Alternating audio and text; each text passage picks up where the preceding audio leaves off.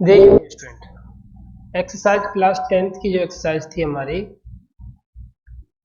उस एक्सरसाइज में class 10th में हम चैप्टर 6 में चल रहे हैं। चैप्टर 6 और चैप्टर 6 में मैं 6.1 को कंप्लीट करा चुका हूँ। ये है आपकी 6.2 को पढ़ने वाले हैं, जिसमें हम त्रिभुज की समरूपता, मैंने आपको समरूपता, सर्वांग समता, ये सभी चीज़ों को बहुत अच्छे से एक्सप्लेन किया हुआ है आपके पिछली वीडियो में, जिसमें मैंने आपको 6.1 को पूरा कंप्लीट कराया था। उस वीडियो के अंदर मैंने आपको समरूपता, सर्वांग समता, ये सभी टॉपिक्स को मैं बहुत अच्छे से एक्सप्लेन कर चुका हूँ। अब टॉपिक जो स्टार्ट है हमारा, कि समरूपता के बारे में थोड़ा बहुत हम पढ़ते हैं कि समरूपता क्या कहते हैं, किसे कहते हैं, किस तरीके से हम इसका यूजेस करते हैं, थ्योरम्स क्या क्या होती हैं, इन सभी को हम अंडरस्टैंड करते हैं इस सेशन के अंदर। तो सभी लोग आ जाइए और अपने दोस्तों को वीडियो को शेयर कर दीजिए। आज का जो टॉपिक है बहुत इंटरेस्टिंग होने वाला है। और देखिए समरूपता को जो आज के जो एक्सरसाइज है, जिसके क्वेश्चन है ट्राइंगल के जो क्वेश्चन है, इनको इतनी मैं अच्छी तरीके से आपको समझा दूंगा कि आपको ट्राइंगल में कोई भी प्रॉब्लम नहीं आएगी। It's my promise. तो आप वीडियो को पूरा देखिएगा, तभी आपको ये अंडरस्टैंडिंग मिलेगी। अगर आप वीडियो को पूरा नहीं देखोगे तो मैं ये नहीं कह सकता कि आपको पूरा समझ में आएगा भी नहीं आएगा। अगर आप वीडियो पूरा देख चुके हो तब आपको डेफिनेटली मैं कहूँगा कि समझ में आएगा। ठीक है, देखिए, दो त्रिभुज समरूप कब होते हैं? यदि उनके संगत कोण आपस में बराबर हों और उनकी संगत भुजाएं भी एक ही अनुपात में होनी चाहिए, तब ये हम कह सकते हैं कि दो त्रिभुज समरूप होंगे। तो इनके कोण बराबर होने चाहिए, उनके संगत कोण, जिस भुजा के बारे में बात कर रहे हैं उससे रिलेटेड एक कोण बराबर होना चाहिए। देखिए, मैं एग्जांपल से समझाने की कोशिश करता हूँ आपको। 1 मिनट। देखिए, इस एग्जांपल में आपको समझाने की कोशिश करता हूँ मैं।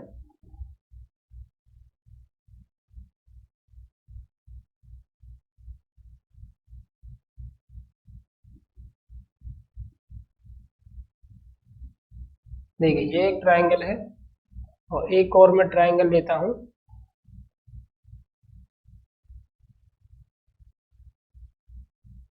एक मैंने बड़ा वाला ट्रायंगल ले लिया, दो ट्रायंगल्स मैंने ले लिए। अब देखते हैं इसके अंदर कि ये ए, बी और सी दो ट्रायंगल्स हैं और इसको मान लीजिए डी, ई, एफ, दो ट्रायंगल्स हैं हमारे पास। ठीक है, अब दोनों ट्रायंगल्स में समरूप कब होते हैं, ये चीजें हमको डिफाइन करनी है। देखिए, समरूप तब होंगे जब उनके संगत कोण, मान लीजिए कि बी के जो संगत कोण है वो ई है, ए का संगत कोण है डी है और सी का संगत कोण एफ है।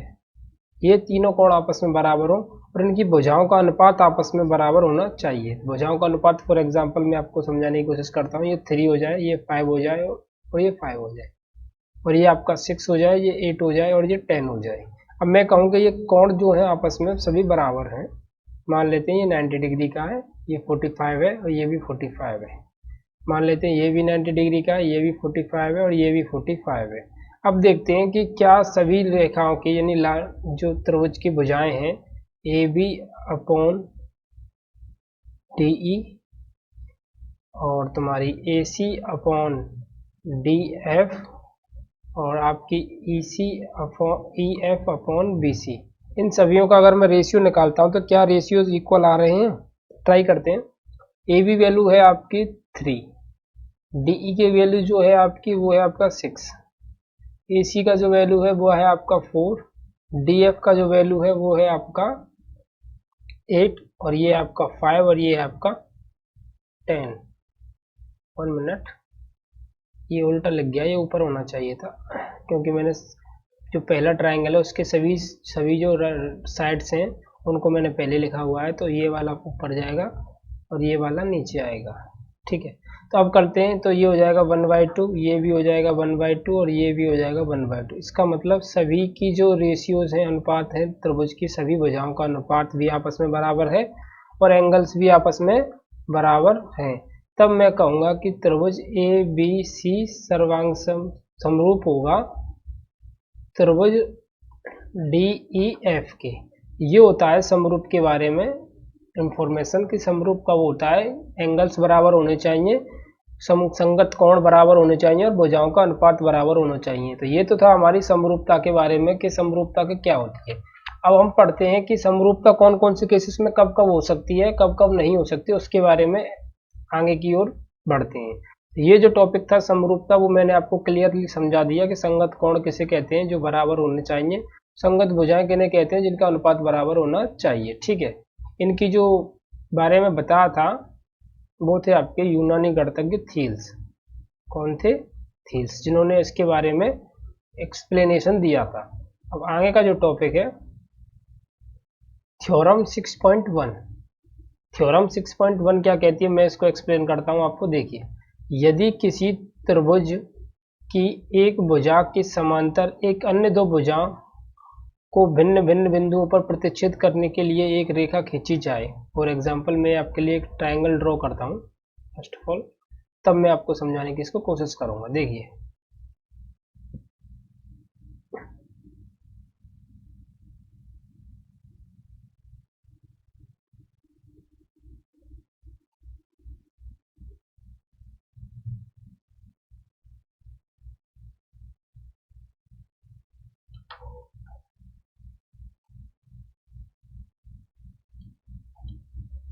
ठीक है, ये हमारी एक लाइन ड्रॉ की है, एक ट्रायंगल ड्रॉ किया है हमने। ठीक है, अब देखिए इसके अंदर मुझे ये कह रहा है यदि किसी त्रिभुज की एक भुजा के समांतर, मान लेते हैं कि एक भुजा ये नीचे वाली है और इसके मैंने एक समांतर एक लाइन खींच दी। ठीक है, समांतर मैंने एक लाइन खींच दी, नीचे वाली लाइन के समांतर मैंने एक लाइन खींच दी है। ये है आपका, ये है आपका ए, वी और सी, और ये जो मैंने लाइन खींची हुई है इसके अंदर, इसको मैं थोड़ा सा ब्लैक कर देता हूँ। चलिए, ये है एक लाइन है जिसको नाम दे देते हैं A B C D, D और ई। ठीक है, तो यदि किसी त्रिभुज की एक भुजा के समांतर अन्य दो भुजाओं पर, एक इस भुजा वाली इस वाली साइड के समांतर है और दूसरी जो भुजा दी हुई है इसको किसी बिंदु पर कट कर रही है, दो बिंदुओं पर, अन्य दो भुजाओं को भिन्न भिन्न बिंदुओं पर प्रतिच्छेद करने के लिए एक रेखा खींची जाए। एक रेखा खींच दी मैंने, तो ये अन्य दो भुजाओं को एक ही अनुपात में विभाजित करती है। अब ये थ्योरम कहती है कि अगर मैं किसी त्रिभुज के अंदर एक पैरेलल लाइन बनाता हूँ, किसी एक त्रिभुज की भुजा के पैरेलल, एक त्रिभुज की भुजा जो दी हुई है इसके पैरेलल मैंने एक लाइन बना दी और वो लाइन उन दो पॉइंट्स को कट करती है, तो उनमें कहा गया है कि यह अन्य दो भुजाओं को एक ही अनुपात में कट करती है। अन्य दो भुजाओं को अनुपात मतलब कि अन्य दो भुजाओं का अनुपात है A D upon D V बराबर होगा ए ई अपॉन ई सी। अन्य दो भुजाओं का अनुपात एक्स का मतलब ये, कहने का मतलब ये है कि ए ई, ए डी और डी वी, ए ई और ई एफ आपस में क्या होने चाहिए, बराबर होंगे। ये कंफर्म है अगर ऐसा कुछ होता है तो। ठीक है, ये कहना चाहता है कि इसका A D upon D V और ई अपॉन ई सी बराबर होगा। और इसका ये मतलब नहीं है कि इन दोनों के साइड्स में से कट वाला पॉइंट ही अनुपात बराबर होगा। ये अनुपात इस तरीके से भी बराबर हो सकता है। फॉर एग्जाम्पल कि मैं लिख दूं कि ए बी और एक लिख दिया मैंने डी बी, तो ए बी पूरी कंप्लीट साइड का छोटी वाली साइड के साथ रेशियो, तो इसी प्रकार अगली वाली में लिखना होगा ए सी अपॉन ई सी, ये भी बराबर हो सकता है। मैं लिख सकता हूँ कि ए डी अपॉन में ए बी, इधर मैंने लिया पूरा ए डी और फिर लिया मैंने इधर लिया ए डी और फिर लिया मैंने पूरा ए बी को। ठीक है, इधर भी मुझे सेम एज लेना होगा, पहले लेना होगा ए ई, फिर लेना होगा ए और सी। तो ये सभी रेशियोज आपस में बराबर होने चाहिए। ये थ्योरम नंबर 1 कहती है हमारी। थ्योरम नंबर 1 क्या कहती है, यदि किसी त्रिभुज के समांतर एक रेखा खींची जाए तो वह दो बिंदुओं पर, दो अन्य दो भुजाओं के दो बिंदुओं पर कट करती है, तो उन दो भुजाओं को जो खींची गई है, अन्य दो भुजाओं के जो लाइन खींची जाएगी उनको वो एक सेम रेशियो के अंदर कट करेगी, यानी कि रेशियो, समान रेशियो के अंदर वो उनको कट करेगी। तो ये था आपका थ्योरम नंबर 1। और ये लो जो लाइन है आपकी, ये जो लाइन दी हुई है, ये जरूरी नहीं है कि इस वाली लाइन के पैरेलल हो सकता है ये लाइन दूसरी वाली लाइन के पैरेलल भी हो सकती है। मैं तीनों फिगर्स को रेडी करता हूँ। ठीक है, क्योंकि 3 लाइन है तो तीनों तरीके से पैरेलल हो सकती है। नीचे वाली पैरेलल बता दी, क्या पता ये इस तरीके से भी हो।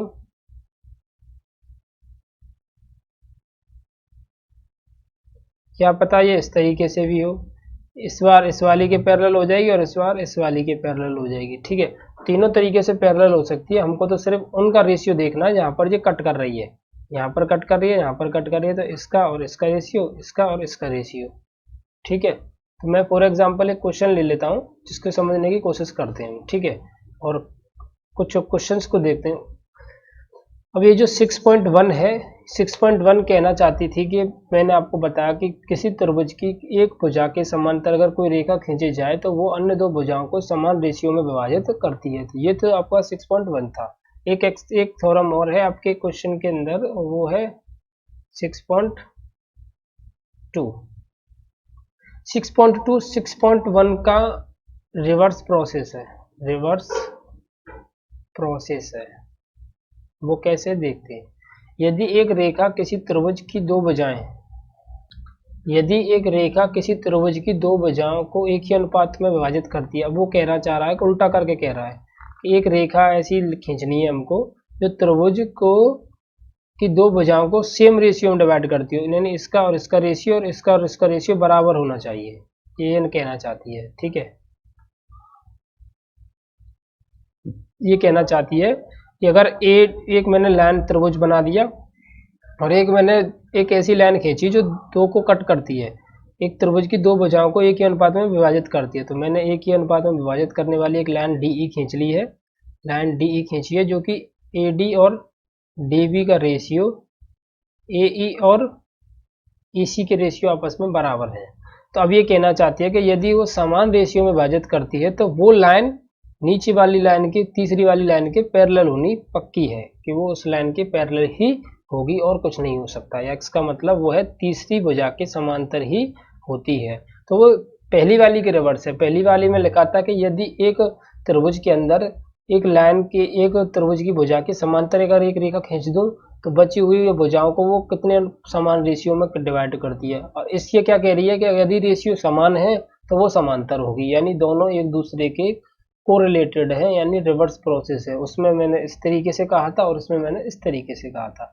आई होप आपको ये बात समझ में आई होगी कि इस तरीके से समझने में कोई भी प्रॉब्लम नहीं हो रही होगी कि 6.1 थ्योरम क्या कहती है। यदि किसी लाइन के पैरेलल अगर मैं एक लाइन खींचता हूँ तो उन दो वो बची हुई दो भुजाओं को सेम रेशियो के अंदर डिवाइड करता है। देखिए मैं कुछ क्वेश्चंस लेता हूँ जिसमें मैं आपको समझाने की कोशिश करूंगा। ठीक है, देखिए जैसे मैं अब एक्सरसाइज चालू करता हूँ, आपकी एक्सरसाइज है आपकी ये 6.2। ठीक है, यहाँ पर ये कट गया है, यहाँ पर लिखा हुआ था 6.2। और देखिए 6.2 के अंदर कुछ क्वेश्चन दिए हुए हैं। पहली है 6. आकृति 6.17 1 और 2 में डीई और पैरेलल है बीसी के, यानी ये जो डीई दिया हुआ है ये नीचे वाली के पैरेलल है और इधर दोनों में बीसी के पैरेलल है। तो आपको बची हुई जो साइड है, देखिए ये दी हुई है 1.5, ये दी हुई है 3, ये दी हुई है आपकी 1, तो इस वैल्यू को निकालना होगा आपको ईसी को, किसको, ईसी को निकालना होगा। तो मैं मान लेता हूं कि माना ईसी बराबर है हमारी एक्स। ठीक है, तो इसको मैं मान लेता हूं एक्स। अब हम जानते हैं, वी नो दैट, क्या जानते हैं, हम जानते हैं थ्योरम 6.1, थ्योरम 6.1 क्या कहती है कि अगर इफ डीई पैरेलल है बीसी के, यदि डीई पैरेलल है बीसी के, यदि एक लाइन दूसरी लाइन के पैरेलल होती है तो हमको पता है कि इनका रेशियोज आपस में बराबर होगा। तो पैरेलल है, सो रेशियोज आर इक्वल। कैसे, जैसे ए डी का और डी बी का बराबर होगा ए ई का और ई सी का। ठीक है, और ये रेशियोज आपस में बराबर है। वैल्यूज को पुट कर दीजिए, क्योंकि हमको सिर्फ इतना ही पता है कि अगर ये पैरेलल है तो आपस में कैसे रहे होंगे, बराबर रहे होंगे। अब इसको आगे की ओर फॉरवर्ड करते हैं, क्वेश्चन को पढ़ने की कोशिश करते हैं। देखिए एडी की वैल्यू हमारे पास कितनी दी हुई है, एडी की वैल्यू दी हुई है हमारे पास 1.5, तो मैं 1.5 पुट करूंगा। टीवी की वैल्यू कितनी दी हुई है 3, एई की वैल्यू कितनी दी हुई है 1, और ईसी की वैल्यू कितनी दी हुई है x। सॉरी ये 3 है, मैं इसको मिटा देता हूँ, आपको कन्फ्यूजन होगा। ये है आपका 3, इसका मल्टीप्लाई करता हूँ तो x इक्वल टू आए, x इक्वल टू सॉल्व होगा हमारा 3/1.5। रिवर्स कर देते हैं, 3 ऊपर 1.5 नीचे, ऊपर चला जाएगा 0 हो जाएगा, 15 दूनी 30 होता है। इसका मतलब x की वैल्यू कितनी आ गई, यहाँ पर 2 सेंटीमीटर आएगा। ये वैल्यू कितनी होनी चाहिए, इसी की वैल्यू होनी चाहिए हमारी 2 सेंटीमीटर। वेरी सिंपल क्वेश्चन, कोई भी लॉजिक नहीं, कोई भी कुछ नहीं, सिर्फ सिंपल थ्योरम नंबर 6.1 और देन सॉल्व कर दीजिए। आपको पता है रेशियोज इक्वल होंगे कब, जब लाइंस आपस में पैरेलल है। सेम इसी तरह डी पैरेलल है इसके, तो ये ए डी की वैल्यू निकालनी है, इसको मैं एक्स मान लूंगा। देखिए मैं इसको यहाँ से, आप पहले इसका नोट कर लीजिए फटाफट, मैं फिर थोड़ा सा मिटाकर इस क्वेश्चन को और करा देता हूँ, ठीक है। प्लीज़ फास्ट फॉरवर्ड कीजिए और नोट करिए इसको, या स्क्रीनशॉट ले लीजिए।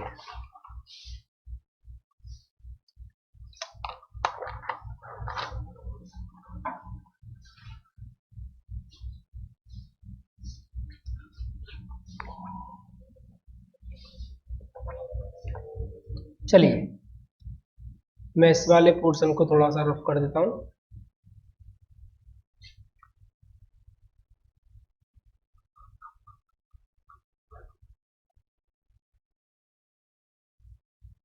देखिए आपने ये तो पता ही है कि थ्योरम 6.1, इसमें भी थ्योरम 6.1 ही लगानी है क्योंकि डीई पैरेलल है बीसी वाली लाइन के।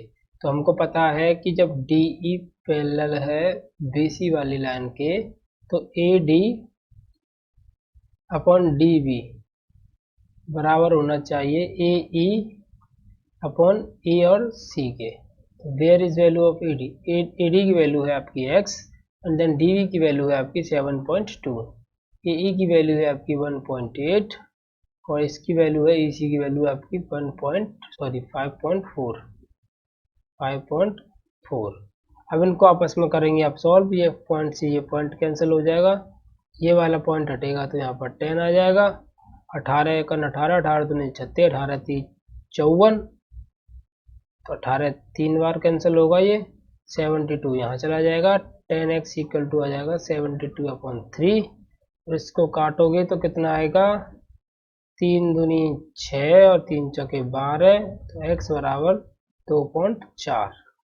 कैलकुलेशन करने के बाद x बराबर कितना आ जाएगा 2.4, तो x की वैल्यू कितनी आ जाएगी आपकी 2.4। इसका मतलब AD बराबर 2.4। तो ये तो वेरी सिंपल क्वेश्चंस थे थ्योरम 6.1 के, और ये पूरी एक्सरसाइज थ्योरम 6.1 पर ही डिपेंडेड है।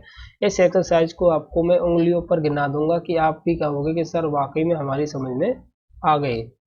क्वेश्चंस अभी तक नहीं आए थे लेकिन अब आ चुके हैं। इस तरीके से मैं आपको पढ़ाने वाला हूं, तो एंजॉय कीजिए, पढ़िए और वीडियो को स्किप मत कीजिए। देखिए अगले क्वेश्चन नंबर 2 की तरफ चलते हैं। क्वेश्चन नंबर 2 है जिसमें पी क्यू आर वाला एक फिगर बनाना है आपको, जो कि दिया नहीं है। तो किसी पी क्यू आर की भुजा पी क्यू और पी आर पर क्रम से बिंदु ई और एफ स्थित है। एक मैं ट्रायंगल बनाता हूं पहले, ठीक है। एक ट्रायंगल है पी क्यू और आर। किसी ट्रायंगल पी क्यू आर की भुजा पी क्यू और पी आर पर क्रम से बिंदु पी क्यू और पी आर पर, पी क्यू और पी आर पर एक बिंदु है ई और एफ स्थित है। निम्नलिखित में से प्रत्येक स्थिति में बताइए क्या सी एफ पैरेलल होगा क्यू आर के। बताना है हमको क्या ई एफ पैरेलल होगा क्यू आर के कि नहीं। इन तीनों कंडीशंस में से एक एक बार चेक करके बताना कौन सी में होगा कौन सी में नहीं होगा। अब देखिए थ्योरम 6.2 क्या था, वही है ये 6.2। लाइन्स पैरेलल कब होंगी, जब होंगी जब रेशियोज इक्वल होंगे। तब अगर हमारे रेशियोज इक्वल आ जाते हैं तो हमको पता चल जाएगा कि लाइन्स पैरेलल हैं। तो मैं इस लाइन को इसके इक्वल कर देता हूँ, तो ये दोनों मिला दिया मैंने। तो यहाँ पर ई एफ और क्यू आर आपस में कैसे हो गए, बराबर हो गए, ठीक है। गिवन में क्या है, हमको क्वेश्चन नंबर गिवन में 1 है। हमको पता है बाय थ्योरम 6.1 क्या पता है हमको कि P E upon E Q ratio बराबर होना चाहिए P F upon F are के अगर ये आपस में बराबर आए तो E F parallel Q R पहली वाली कंडीशन के लिए करेक्ट होगा, क्योंकि मैंने पहली वाली कंडीशन को लिखा हुआ है। ठीक है, तो पहली वाली कंडीशन के लिए करेक्ट होगा यदि ई एफ पैरेलल है, यदि ये दोनों रेशियोज अगर आपस में बराबर आते हैं पहली वाली कंडीशन में, तो हम कह देंगे कि ई एफ पैरेलल होगा क्यू आर के। अब रखते हैं वैल्यूज को। पी ई की जगह पर रखना हमको 3.9 और ई क्यू की जगह पर रखना हमको 3। सेम एज पी एफ की जगह पर क्या रखना है आपको 3.6 और एफ आर की जगह पर रखना है आपको 2.4। और इसको सॉल्व करोगे तो आप पॉइंट से पॉइंट कैंसिल हो जाएगा, 12 3 36, 12 दूनी 24। इस पॉइंट को उठाएंगे तो 10 आ जाएगा यहाँ पर। तो इसको सॉल्व करते हैं तो 3 1 3, 3 3 9, 3 दाड़े 30। देखिए यहाँ पर मिलेगा मुझे 13/10 और यहाँ पर मिल रहा है मुझे 3/2। भाग भी लगाऊंगा तो इधर आ जाएगा 1.3 और इधर आएगा 1.5। आपस में बराबर आ रहे हैं? बिल्कुल भी बराबर नहीं आ रहे हैं। और जब बराबर नहीं आ रहे हैं तो पहली वाली कंडीशन के लिए ई एफ और क्यू आर आपस में पैरेलल नहीं होंगे। पहली वाले कंडीशन के लिए आंसर नहीं होगा, पहली वाली कंडीशन के लिए आंसर नहीं होगा। अब चेक करते हैं condition number second, P E upon Q E और P F upon F R इस वाली कंडीशन के लिए तो वही सेम है। P E upon Q E या ई क्यू बात एक ही होती है। P F upon F R, तो पी ई कितना है आपका, पी ई है आपका 0.18, क्यू ई कितना है आपका,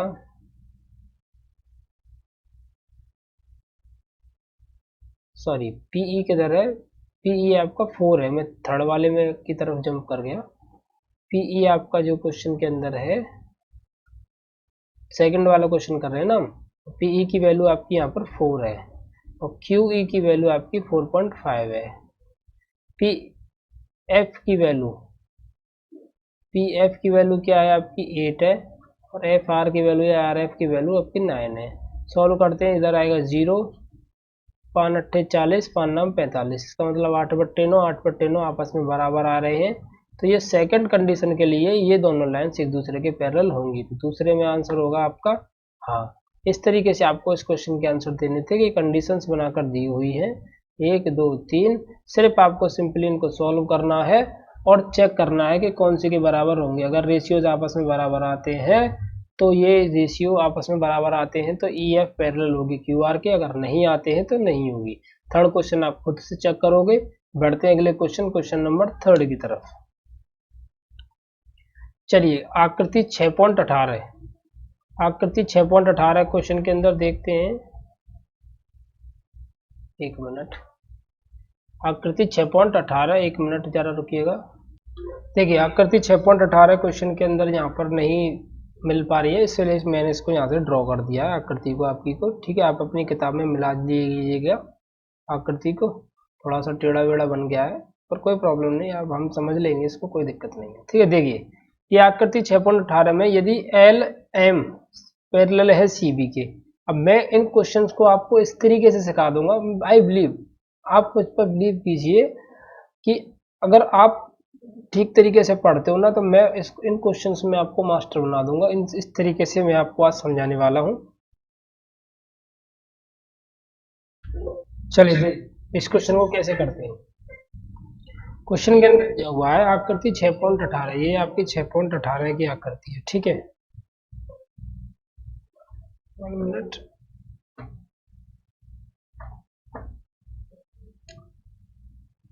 ये जो आकृति है आपकी 6.18 की आकृति है। अब इसमें कहा यदि एल एम पैरेलल है सी बी के, पहले गिवन में क्या है उसको देखते हैं। एल एम पैरेलल है सी बी के एंड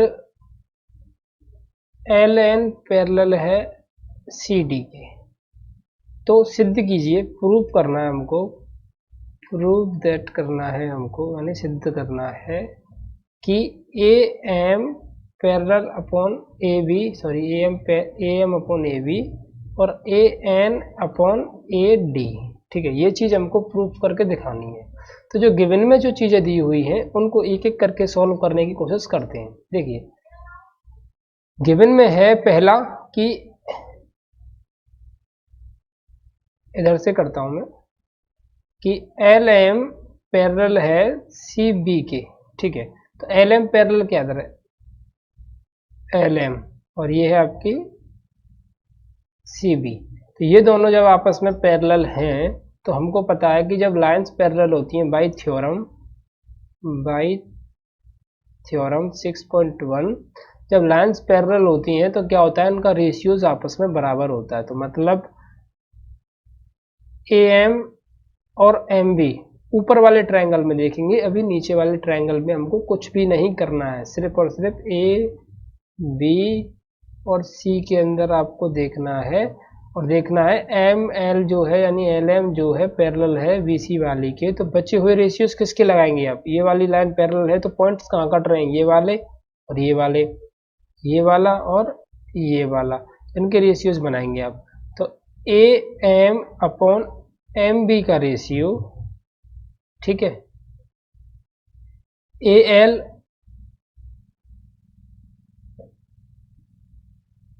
लेकिन एम बी नहीं लेते इस जगह पर, ठीक है, एम बी नहीं लेते क्योंकि हमारे क्वेश्चन के अंदर मैं अपनी आंसर के हिसाब से चलूंगा। देखिए ए एम दिया हुआ और ए बी है तो मैं लूंगा यहाँ पर ए एम और ए बी पूरा, ठीक है। तो ए एम और ए बी लूंगा, ए एम इधर है और ए बी पूरा कंप्लीट है। तो सेम है जैसा भी मुझे ऐसा ही लेना होगा, ए एल और ए सी, ये बन जाएगी आपकी इक्वेशन फर्स्ट, ठीक है। सेम जो दिया हुआ है अगले एक्सरसाइज, अगले जो उसमें दिया हुआ है आपका कि एल एन पैरेलल होगा आपके सी डी के, ठीक है, एल एन पैरेलल होगा सी डी के। तब अब देखिए नीचे वाले में, अब ऊपर वाले में नहीं देखोगे आप, अब आप नीचे वाले में देखोगे कि एल एन जो है इस वाली लाइन के पैरेलल है।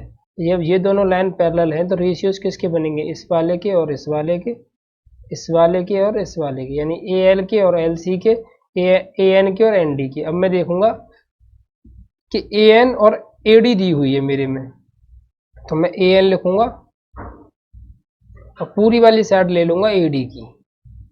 वैसे ले तो सकते हैं हम कि ए एन और एन डी भी ले सकते हैं, ए एन और ए डी भी ले सकते हैं जो मैंने स्टार्टिंग में समझाया था। तो मैं लूंगा ए एन और ए डी, ए एन और ए डी, ए डी। तो इधर क्या लेना होगा, ए एल और ए सी, ए एल और ए सी, इक्वेशन फर्स्ट। अब क्या करना है इसमें, from equation first and second, equation first और सेकंड में देखते हैं हम ए एल अपॉन ए सी इस कॉमन रेशियो, कॉमन रेशियो दोनों में ओवेनेस्ट है। तो ए एल और ए सी की जब वैल्यूज को आपस में बराबर करते हैं तो ये दोनों वैल्यूज आपस में क्या हो जाएंगी, बराबर हो जाएंगी ऑटोमेटिक। इसका मतलब ए एम और ए बी का रेशियो बराबर हो जाएगा ए एन और ए डी के रेशियो के। और देख लीजिए आपका यही क्वेश्चन के आंसर में पूछा गया है। तो आई होप आपको ये बहुत अच्छे से समझ में आया होगा। मैंने एक एक टॉपिक को बहुत ही छोटे छोटे बारीक से टॉपिक को लेकर समझाने की कोशिश की है, तो मेरे हिसाब से आपको बहुत अच्छे से समझ में आया होगा। और आप यहाँ तक वीडियो को देख करते हुए आ चुके हैं, तो अगर आपको अच्छे से समझ में आ रहा है तो प्लीज़ चैनल को बिना सब्सक्राइब किए हुए चैनल के पास से मत जाना, क्योंकि ये आपके लिए बहुत ही ज़्यादा इम्पोर्टेंट साबित होने वाला है। तो प्लीज़ इसका स्क्रीनशॉट ले लीजिए। पर बढ़ते हैं अगले क्वेश्चन, क्वेश्चन नंबर 4 की तरफ।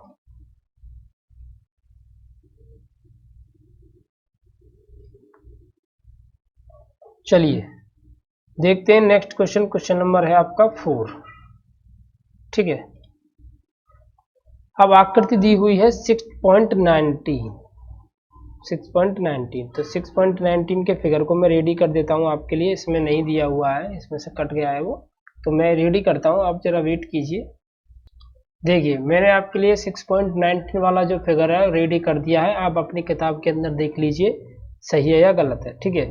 तो ये जो आपका 9 वाला फिगर है, अब मैं देखिए गिवन में लिख लेता हूँ मेरे पास गिवन में क्या क्या चीज़ है, यानी हमको क्या दिया हुआ है।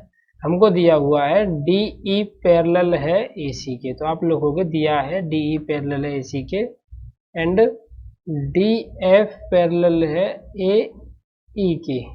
सिद्ध कीजिए। अब हमको प्रूफ क्या करना है, प्रूव करना है हमको कि वी है ये। इतनी आराम आराम से पढ़ा रहा हूँ आपको कि मैं चाहता हूँ कि देखिए ये टॉपिक बहुत नया टॉपिक है, एक तरीके से समझ सकते हो। और टॉपिक्स में थोड़ा बहुत अंडरस्टैंडिंग हो जाता है बच्चों को, लेकिन बिल्कुल नया टॉपिक है, तो मैं चाहता हूँ कि चाहे थोड़ा टाइम लग जाए लेकिन अच्छे से समझते हुए चलेंगे, दोबारा पढ़ने की ज़रूरत ही ना पड़े हमको इसको, ठीक है। इस चीज़ को हमको उसके अंदर प्रूफ करना है। तो मैंने तो वही चीज़ आपको बताया है, मूल मंत्र यही है कि थ्योरम नंबर 6.1 को उठाइए और वहाँ से सॉल्व करना स्टार्ट कर दीजिए जहाँ से ये चीज़ें हमको दी हुई हैं। दी हुई है DE पैरेलल है AC के। तो देखिए DE के इधर मैं मार्कर का साइन चेंज कर लेता हूँ, यानी कि कलर।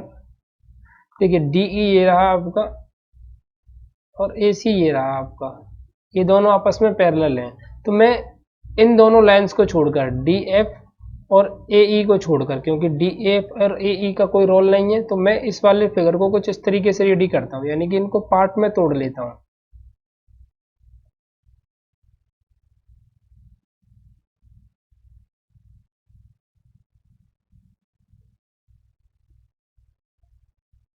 देखिए अब DE पैरेलल है AC के, इस तरीके से ही तो कह रहा है ये DE पैरेलल है AC के। तो जब DE पैरेलल है AC के, तो थ्योरम 6.1 से क्या मिलेगा हमको? थ्योरम 6.1 से मिलेगा हमको कि BE, क्योंकि यहाँ पर ये पॉइंट जो कट कर रहा है ये वाला, इसमें पॉइंट में ये वाले दो रेशियोज कौन कौन सी लेंथ के बनने हैं? ये वाला और ये वाला, ये वाला और ये वाला, ये रेशियो बन रहा है। तो मैं लिखूंगा BE अपॉन EC बराबर होगा BD अपॉन DA। यहाँ मान लेते हैं इसको इक्वेशन फर्स्ट, ठीक है। अब क्वेश्चन नंबर यानी अगला जो दिया हुआ है उसमें दिया हुआ है DF पैरेलल है AE के।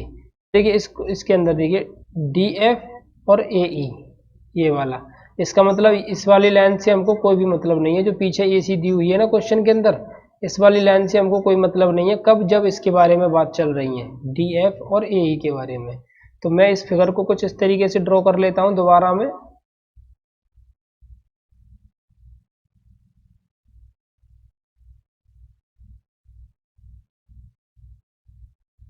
ये बन जाएगा आपका A और E, और ये बन जाएगा आपका D और F, और ये यहाँ पर B है। तो अब देखिए DE कह रहा है, ये कह रहा है AE पैरेलल है DF के, क्योंकि मैंने AC वाली लाइन को छोड़ दिया है। तो अब ये वाली लाइन थी ना हमारी पैरेलल वाली, तो इनको मैंने ले लिया है। तो AE और DF, क्योंकि अलग अलग फिगर्स को अलग अलग करने से बहुत आसानी से समझ में आता है, चीज़ें बहुत अच्छे से क्लियर होने लगती हैं। अब देखिए हमको दिख रहा है कि ये पॉइंट पर यहाँ पर कट कर रही है, और हमको पता भी है कि DF पैरेलल है AE के। तो जब DF पैरेलल है AE के, तो इनके रेशियोज आपस में बराबर होंगे। तो वही जो सेम रेशियो पहले मैंने VE और EC लिया था, इधर मैं लूंगा BF और FE। तो क्या लेना होगा? BF और FE इक्वल होगा BD और DA के, BD और DA के। अब देखिए इक्वेशन फर्स्ट और सेकंड से, from equation first and equation second, तो क्या मिलता है कि BD और DA, BD और DA क्या है? एक कॉमन रेशियो है। इसका मतलब ये दोनों आपस में बराबर है, तो ये दोनों भी आपस में कैसे रहे होंगे? बराबर ही होंगे। तो मैं लिख दूंगा VE अपॉन EC बराबर होगा VF अपॉन FE के। और आपने अपने आंसर से मिला लीजिए, जो प्रूफ करने के लिए कह रहा है वही आंसर इसका सही है। आप चेक कर सकते हो, कोई भी प्रॉब्लम हो क्वेश्चन के अंदर मुझे कमेंट करके बता सकते हो। अगर कोई भी डाउट अगर क्वेश्चन के अंदर आता है, और इसका स्क्रीनशॉट ले लीजिए। I hope. देखिए क्वेश्चन नंबर 5, क्वेश्चन नंबर 5 का जो फिगर दिया हुआ है आकृति 6.20 जो आपको लिए यहाँ पर दिया हुआ है, ठीक है।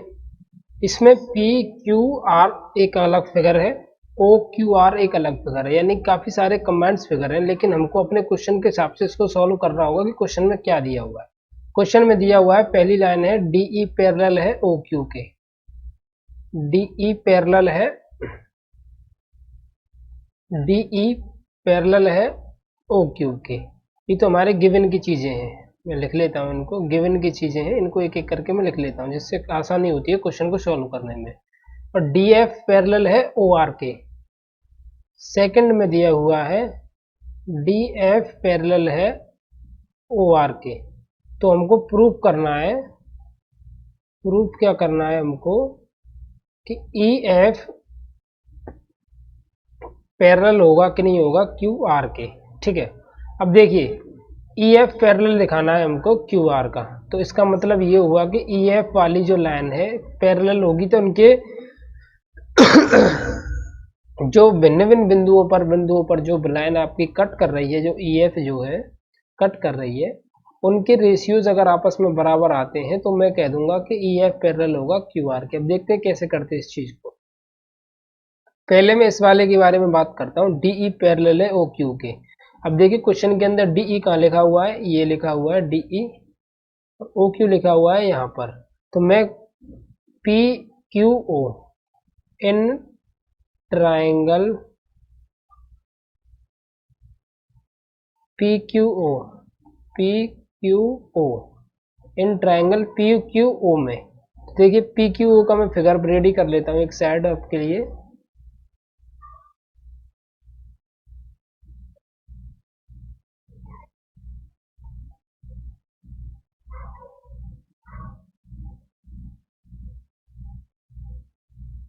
अब देखिए इसमें कह रहा है डीई पैरेलल है, एक minute, DE parallel, sorry DE है इधर, ये डी है इधर, इसको डी लिखना है मुझे, डी, डीई पैरेलल है ओ क्यूब के। ठीक है, डीई वाली लाइन ओ क्यूब के पैरेलल है। तो अब मुझे क्या करना होगा कि जब ये लाइन एक दूसरे के पैरेलल हैं तो इनके रेशियोज भी आपस में बराबर होंगे। तो मैं रेशियोज को ले लेता हूँ, तो रेशियोज कौन कौन से होंगे, पीई और ई क्यू। तो पीई अपॉन ई क्यू बराबर होगा P D upon D O के, बाई थ्योरम 6.1 से। ठीक है, ये हो गया आपका डीई पैरेलल ओ क्यू वाला फॉर्मेट। ठीक है, अब हम पढ़ते हैं सेकंड जो दिया हुआ है, डी एफ पैरेलल है ओ आर के। तो डी एफ किधर है, ये वाला, और ओ आर इधर ये वाला। तो इस वाले फिगर को भी मैं एक साइड में बना देता हूँ। देखिए अलग अलग फिगर करने से अच्छे से समझ में आता है, चीजें क्लियर होने लगती हैं। पी ओ आर और ये आपका डी और ये है आपका एफ। अब देखिए उस, एक मिनट, ये डी कैसे बन जाता है यार, तो डी एफ, ये डी है आपका। ठीक है, तो डी एफ पैरेलल है ओ आर के। तो ये दोनों, जब ये वाली लाइन इसके पैरेलल है तो थ्योरम से क्या मिलता है हमको कि P D upon D O, P D upon D O बराबर होगी P F upon F R. ठीक है, P D upon D O बराबर होगी P F upon F R. अब ये क्यों, ये भी कौन सी थ्योरम से, बाई थ्योरम, बाई थ्योरम 6.1। अब देखिए इस इक्वेशन में आपको P D upon D O बराबर मिला है पीई अपॉन ई क्यू, और इस इक्वेशन में P D upon D O बराबर मिला है P F upon F R. तो जब ये दोनों आपस में लाइन्स आपस में बराबर हैं तो ये वाली लाइन्स भी आपस में बराबर होंगी। तो मैं इसको यहाँ लिखता हूँ कि पी ई बराबर होगी ई क्यू और पी एफ बराबर होगी एफ आर के।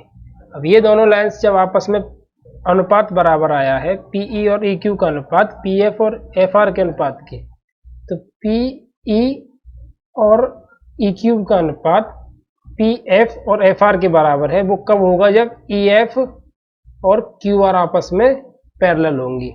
ये कब होगा, जब पीएफ यानी कि ईएफ पैरेलल होगी आपकी क्यू आर के, और यही चीज हमको प्रूफ करके लेकर के आनी थी। तो ये था आपका क्वेश्चन नंबर 5 का सॉल्यूशन। बहुत अच्छे तरीके से अलग अलग फिगर्स को तैयार करके मैंने इस क्वेश्चन का सॉल्यूशन आपके लिए प्रोवाइड किया है। ठीक है, इस वीडियो के अंदर यानी इस लेक्चर के अंदर चलिए तो अगली वीडियो के अंदर देखते हैं हम। इस वीडियो में आपके एटलीस्ट 10 को देखिए, आपके इस एक्सरसाइज के अंदर लगभग 10 क्वेश्चंस हैं। तो मैंने 10 क्वेश्चंस में से 5 क्वेश्चंस और थ्योरम्स का एक्सप्लेनेशन इसको इस वीडियो के अंदर दे दिया आपके लिए, और बचे हुए रिमेनिंग क्वेश्चंस हैं मैं अगले पार्ट के अंदर इनको कंप्लीट कराऊंगा। मैं नहीं चाहता कि एक वीडियो में आपको ज़्यादा प्रेशराइज हो, धीरे धीरे पढ़ेंगे, टेंशन फ्री अगर पढ़े, टेंशन फ्री होकर के पढ़ेंगे। 40-50 मिनट का लेक्चर है, उसमें इतना कवर किया, उसके बाद फिर अगले वीडियो में आगे वाले को कवर करते हैं।